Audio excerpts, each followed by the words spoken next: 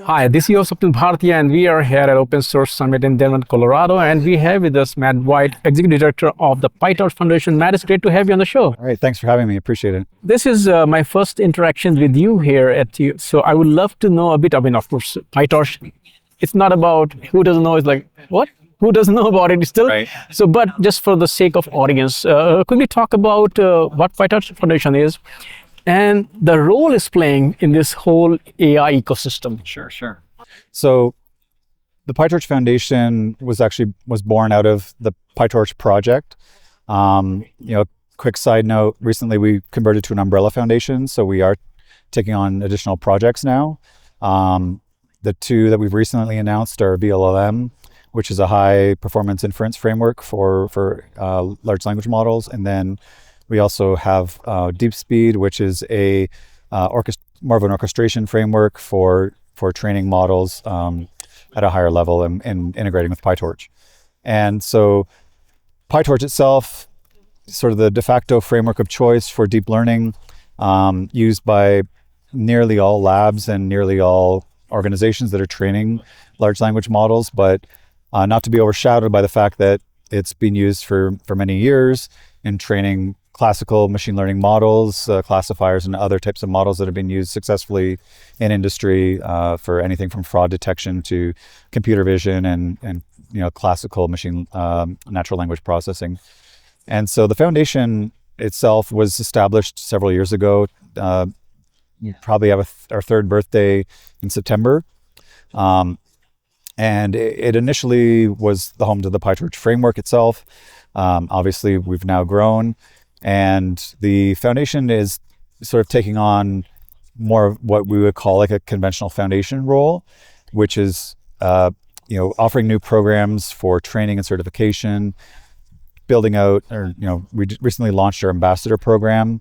That was launched about a month and a half ago. Have a lot of submissions to kind of go through, and we're also seeing a lot of interest on the training and certification side. So we're also trying to balance out our portfolio with training and certification, and as well as relationships with academia to ensure that students and postgrads can get their hands on PyTorch, learn how to use it effectively, and use it as the primary tool for their research. Can you also talk about, when it comes to machine learning, I remember within Linux Foundation, the organization around machine learning, deep learning has been evolving. And there came a point that even I forgot what was the name of the organization. It was deep learning. So can you also talk about the evolution of machine learning, deep learning, AI you have seen within Linux Foundation? Because the way market is evolving, I think this is one of the only projects which has been constantly evolving. So can you talk about this evolution that you have seen? Sure. Yeah, so historically, the Linux Foundations had sort of different incarnations of foundations related to data and machine learning, conventional machine learning. So very focused on that, classical machine learning, these like linear regression and other types of classifiers and other things that are used for typical machine learning processes, and as well as data. And so the foundations of, I think it was LF data at one point, and then now it's LFAI in data. And that's the home to like Onyx and some, vector databases and some data lakes and things like that. The PyTorch Foundation has really been focused on the deep learning space, which is a little bit different from the classical machine learning space. And so we've really, focused on deep learning use cases where, our stack and the domains that we operate in are now a little more broader than sort of the conventional approach has been. And we're looking, higher up the stack, AI application frameworks, agentic frameworks. We're trying to really build like a very comprehensive portfolio of high value, trusted applications that are going to, and tools that will sort of stand the test of time. And so PyTorch has seen, a lot of adoption, a lot of growth. And we're seeing that because AI is such a fast moving space, projects seemingly come out of nowhere and they suddenly have huge market momentum, right? And so we want to make sure that what comes to the foundation is going to stand the test of time and really provide high value to the community.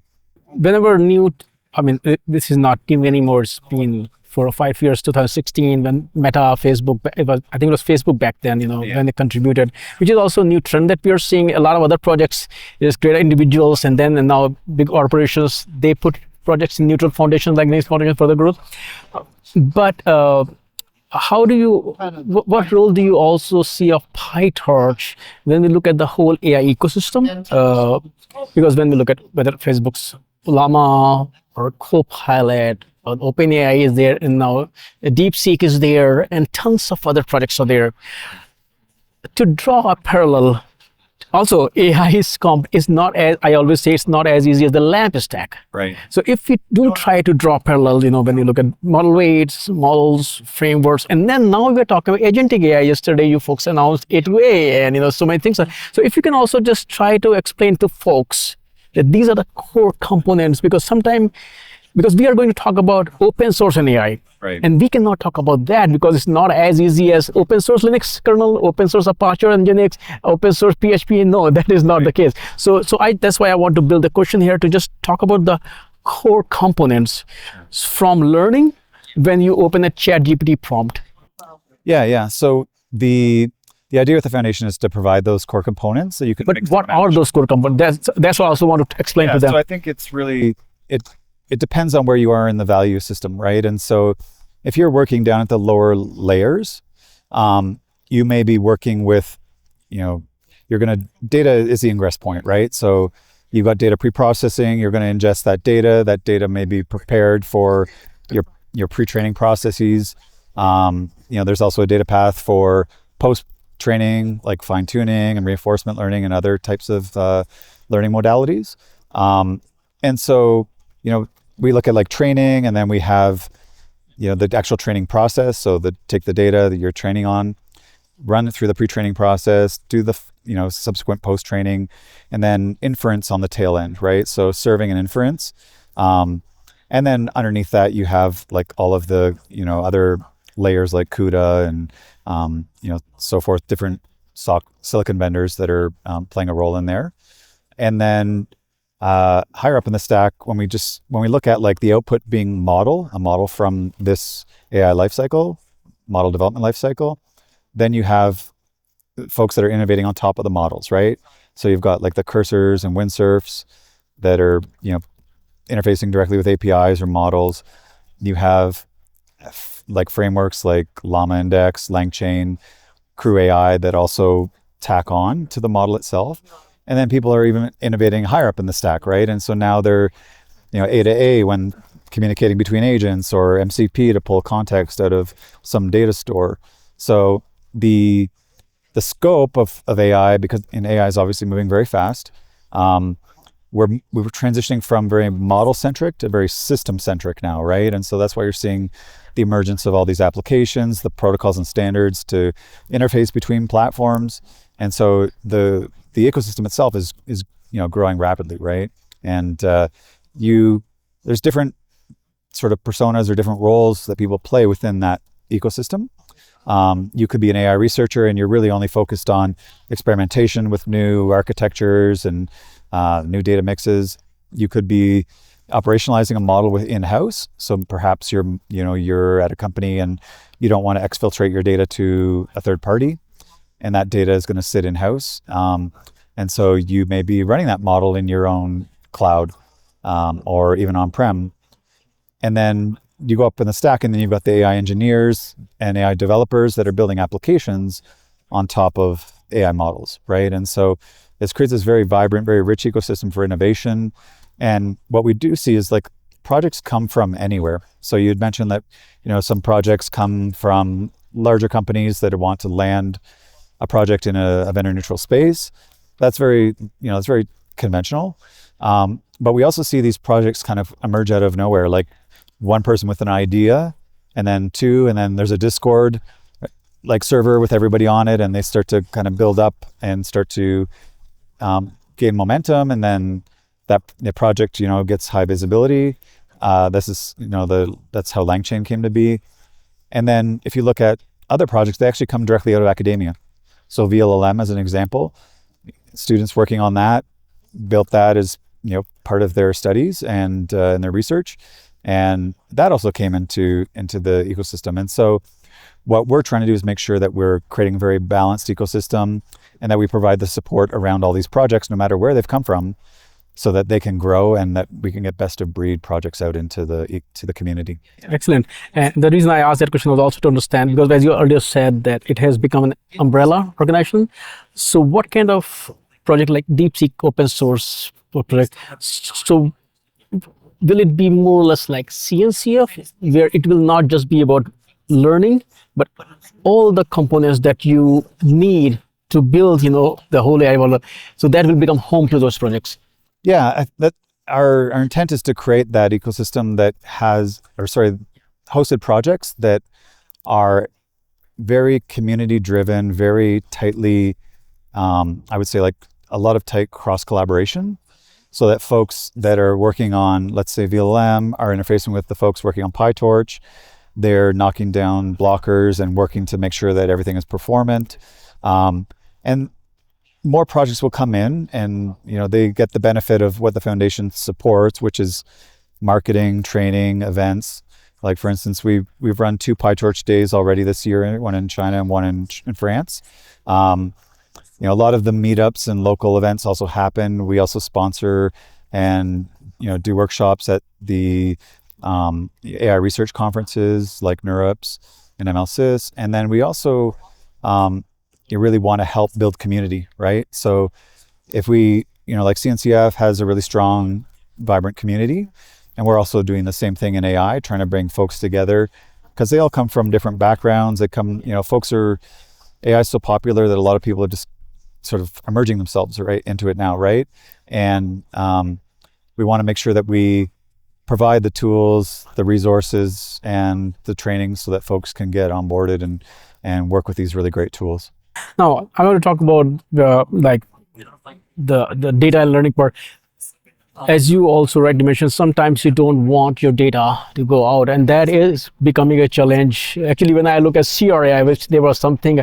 I remember old days of being a writer in past life. Creative Commons was created just for that purpose. I have created some work. Just because I'm putting something on the internet doesn't mean it's in the public domain. You can use it depending on, you can do derivatives, you can use commercial. So they are very well defined what you can do with my data. But now it doesn't really matter what is on the internet. Everybody can suck it up.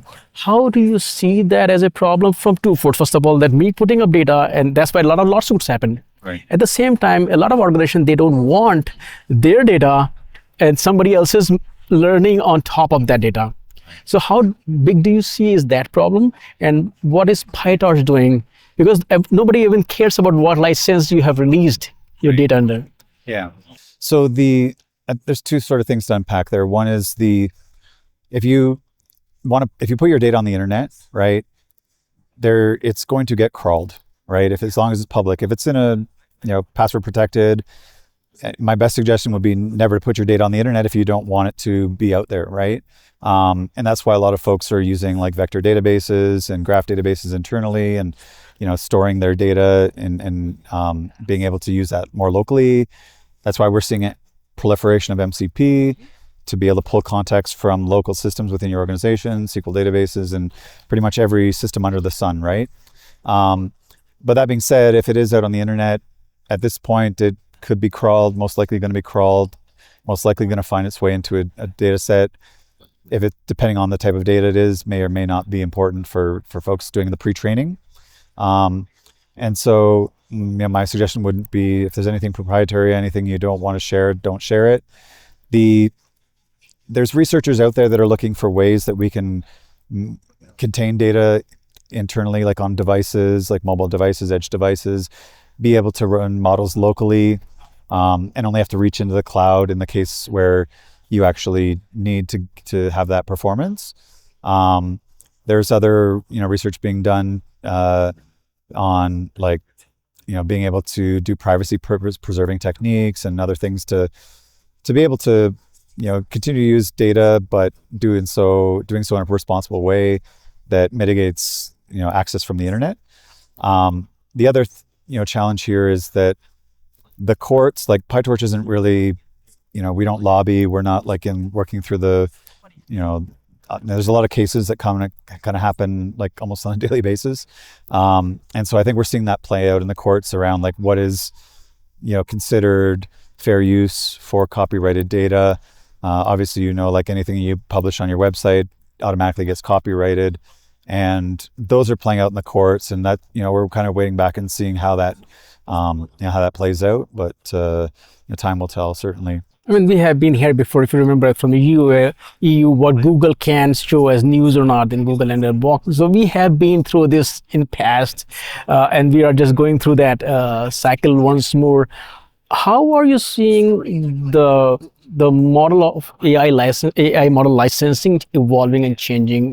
Because the changes needed, or traditional model is working there? I think the industry has recognized, for the last few years at least, perhaps longer, that we need a license that is more specific to AI models, right? So we know that software is source code and some documentation. Licenses were written specifically in that form and fashion. So like MIT, Apache 2.0, BSD, like these are all written with software in mind. They were never written in mind with like, hey, these big things are going to come along and have a whole bunch of components and be overtly complex compared to conventional software. And so the Linux Foundation last month sort of quietly released this open MDW license, which is really designed, the work kind of started out with a model openness framework, which was published by the Generative AI Commons around a year and a half ago. And then the license solves some of the challenges with the model openness framework, but also addresses a lot of the concerns around licensing and patents and copyright law that pertains to conventional software licenses, but how we apply that to a world where you have a model, you've got weights that are really high dimensional data, you've got a lot of other code that's involved in like data preprocessing and inference, and then you also have data sets, right? Which are a totally different thing. And so the OpenMDW license really embodies all of these components. It doesn't require that you release all those components, but when you do release them, they are under a very appropriate open license that is permissive and allows for, reasonable use of any of the components for any purpose. I mean, when you're talking that, I was thinking about the cloud disrupted the whole, because early days you will download the software, so it was all about distribution. Right. With cloud, you don't distribute anything. So those conventional licenses, it doesn't matter whether it's MIT, unless you're looking at AGPL, and a lot of companies, they don't want to touch AGPL. So I think we have still not solved that problem, and now there, but at least it's good that you folks are actually actively looking at that problem. What kind of interest, traction are you seeing in this license from the companies who are building AI models? So we've been socializing it in the last couple of weeks, so very, very early on in this. Spoken to a number of labs. Some of them actually come to us and said, like, when are we going to see a license that's appropriate to models? And just by coincidence, like, they weren't aware that we were working on this. And so there's definitely an appetite in the industry. We probably face like a little bit of a first mover problem right now, which is that, we have to have a first adopter.